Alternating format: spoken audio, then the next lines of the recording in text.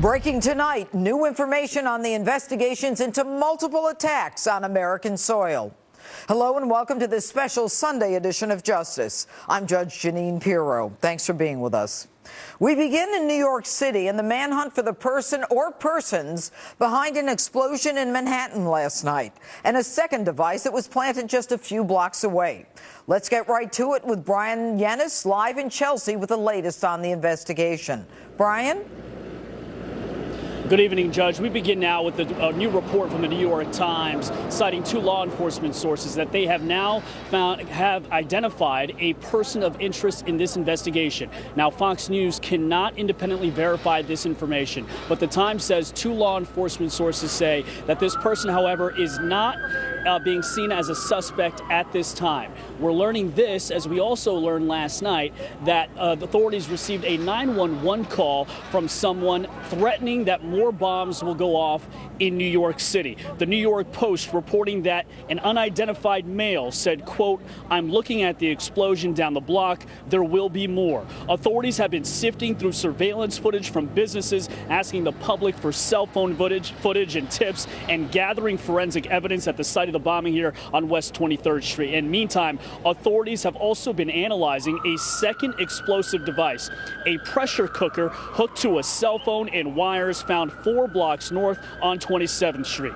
This device was found intact, which is an important detail which could provide investigators with vital clues. Now, authorities are also investigating whether or not the explosion in New York is connected to Saturday morning's explosion in Seaside Park, New Jersey, the Jersey Shore, when an explosive device blew up in a garbage can or bin there along a route for a charity run supporting our U.S. Marines. A law enforcement source telling our Rick Leventhal police believe the explosive devices in New Jersey and in New York are believed to be from the same person. Now, this, as just 3 hours ago, police investigated and then moved a green Subaru Outback with New Jersey license plates just an avenue away from the blast behind me here in New York City, towing it away for further investigation.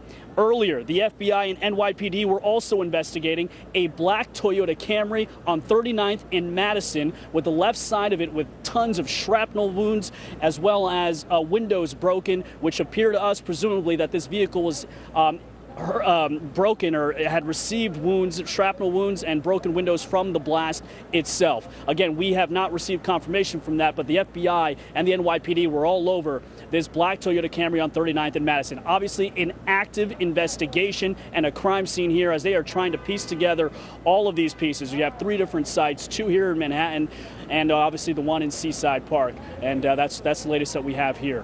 All Judge? right. Brian, will you say that law enforcement sources are confirming that they've identified a person of interest? Is that person of interest, do we know someone based upon the car that either the Toyota that or the Subaru, or is it based on video? Do we know what it's based on? We do not know what it's based on. That New York Times report is based on 2 law enforcement sources. It's an important point that you bring up, though. That Subaru happened to be behind us and happens to have New Jersey plates. We can't put 2 and 2 together. It's just an important detail to mention here, though, obviously, that this vehicle that obviously is of interest to investigators happened to have New Jersey plates. And as investigators are trying to find connections between the Seaside Park explosion and what we saw here on 23rd Street, it's a detail that we should obviously keep in mind while they try to figure out whether or not this is the same person. But again, to reiterate, sources tell our Rick Leventhal that it is the same person that is involved in putting both explosives, the one just 2 hours south of here on the Jersey Shore, as well as the one here in Chelsea. Well, clearly, if Judge? they believe, Brian, that it is from the same person, then that pressure cooker that was undetonated on 27th did contain a treasure trove of, either fingerprints or serial numbers or a lot of information that could have done that. Interesting. 24 hours out, we've learned a lot. Anyway, Brian Yenis, thanks so much. You're welcome. Thank you. All right. And joining me now is the author of Defeating Jihad and professor of strategy and irregular warfare, the Institute of World Politics, Dr. Sebastian Gorka. All right, Dr. Gorka, you heard it just as I heard it. Now they've identified a person of interest. They have made a connection between the New York and the New Jersey items that were used, whether it's the pipe bomb in New Jersey and the pressure cooker in New York, or whether it be the IED in the dumpster. What does this tell you? Well, it's very interesting fact. If you go back in time a few years, people associate the pressure cooker IED with Inspire magazine, Al-Qaeda's magazine, in which the instructions were given on how to build that device. And that's the device that was used by the Tsarnaev brothers in Boston.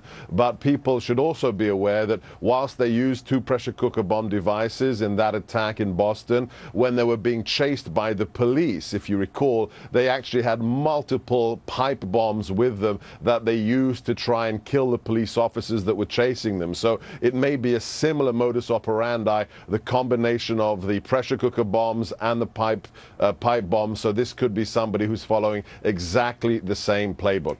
And Doctor, recently, according to information in some of these ISIS publications, one Dabiq, and they're now talking about calling people or young people to commit crimes, high concentration areas of unarmed civilians. Now, when you look at New Jersey, that was supposed to be a 5K run. Clearly, people wouldn't be armed for a 5K run.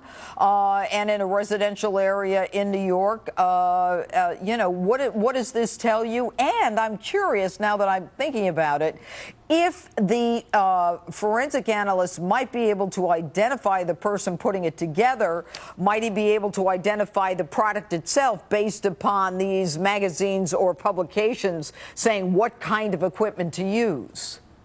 Yeah, so let's remember the reports from New Jersey were that this Marine Corps run was delayed. There were so many applicants that the race start was delayed, which meant that it was simply by chance that you didn't have a lot of people going past. And also 4 devices were in that bin. 1 exploded, the 3 other pipe bombs didn't. So that's just a miracle that people weren't killed in that instance. When it comes to what can be done now, it's a huge asset for the FBI. This pressure cooker bomb will be in the FBI labs. They will be taking it apart meticulously. And that's, in fact, how we identified one of the accomplices of Richard Reed, the shoe bomber. They found a palm print inside the bomb, which led them to an individual who assisted Richard Reed in Paris. So we could really have a treasure trove of evidence because that second device did not detonate. Okay. And what about what is going on with some of these, you know, these incidents, 3 incidents in 3 different states, New York, New Jersey, Minnesota. And we haven't even talked about what happened there with the individual who was shot dead by an off-duty cop in a mall where this individual stabs 9 people, 7 men, 2 women, and asks one at least if they're Muslim and talks about Allah. A connection?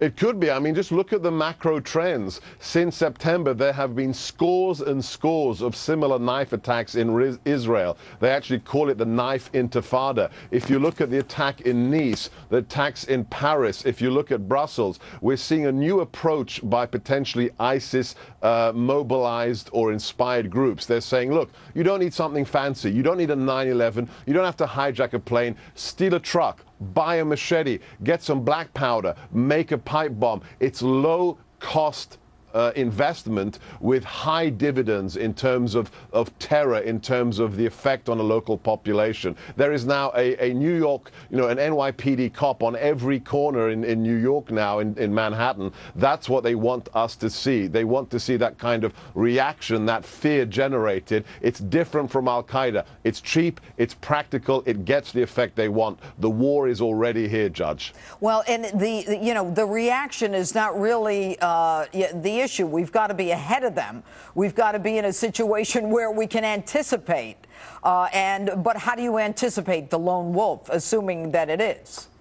Well, I don't believe in the lone wolf phrase myself. I think that's designed to make you disconnect the dots. All of these people are connected because they're connected by the ideology of jihad. How do you defeat them? It is exactly as you said. It's proactive. It's the kinds of structures and programs that the NYPD developed after 9/11 that Mayor de Blasio has been trying desperately to shut down. You've got to locate these people before they go kinetic. You've got to surveil the local areas where they're being recruited. And if that means mosques, it means mosques as well. Indeed. I couldn't agree with you more. Sebastian Gorka, Dr. Sebastian Gorka, thanks so much for being with us. Thanks, Judge. All right, and as we've been reporting, investigations are now underway into the attacks in New Jersey, New York, and Minnesota. Joining me now with reaction, former FBI Assistant Director who ran the Bureau's New York office, and my friend James Kallstrom. All right, Jim, you there? Yeah, hi, Judge. How you doing? I am fine, thank you. All right, is this a new era in law enforcement where we have to now start worrying about a different kind of criminal?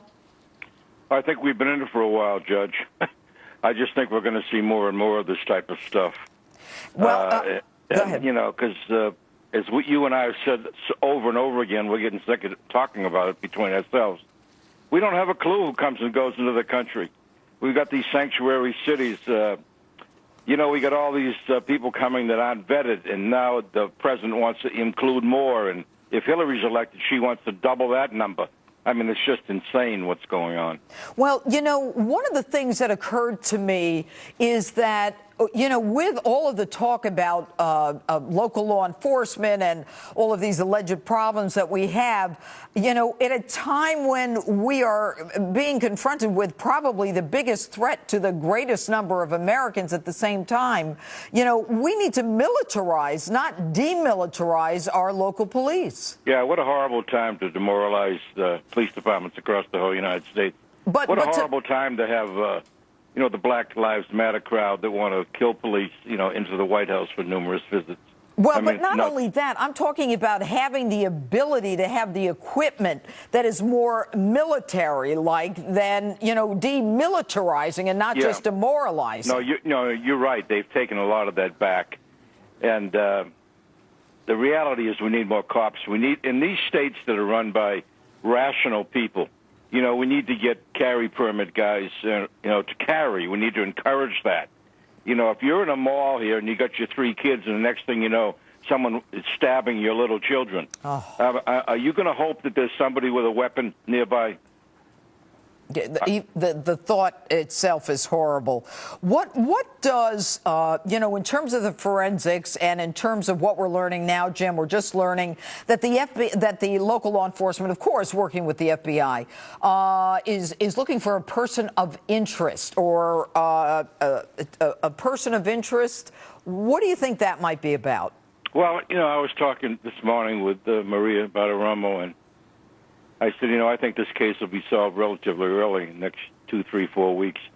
You know, because of all the cameras in New York and the fact that, you know, the FBI has the best database of bombs in the world. You know, they've gone all over the battlefields in Iraq and Iran and pretty much all over the world and fingerprinted all this stuff. And they're going to find prints. They're going to find DNA.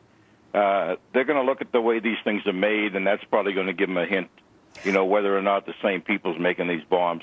And you know, we're going to see more and more of this, Jeanine, unfortunately. And that is a sad commentary. But, you know, as more of these magazines are very slick, glossy publications by ISIS, Dabiq, and the rest of them, they actually identify the types of products to use, the type of wiring to use, the call to use it among unarmed, big civilian populations. I mean, that in itself is almost a clue as to where the person might be getting his or her motivation from. Yeah, without question. And, you know, and this nonsense, this double talk of people that I saw some talking heads just on before you that said, you know, the New York City bomb, and they've excluded the fact there might be international terrorism. And that's nuts. They don't know what it is. You know, and all this gibberish about that. Of course it's an act of terror. You know, at this point in time, you know, let's find out who did it, who's roaming the streets, and they could do it again. And, you know, Jim, it is absolutely amazing that somehow using the word terrorism is almost a fearful word to some politicians. But we don't have time to get into that. I want to thank you, though, Jim Kallstrom, for being with us tonight. Jeanine, thanks for keeping this on the front burner. All right, God bless thank you. All right, and next, Donald Trump is ripped by the media for using the word bomb last night, while Hillary Clinton gets a free pass. Next, Trump senior advisor Boris Epshteyn standing by live with a reaction. And we're also going to talk about the tightening race as the debate showdown looms. And speaking of the race, we'll break down the states that could decide the election with pollster Lee Carter. We're going to find out if these latest attacks could have an impact on the voters. Justice rolls on in a moment.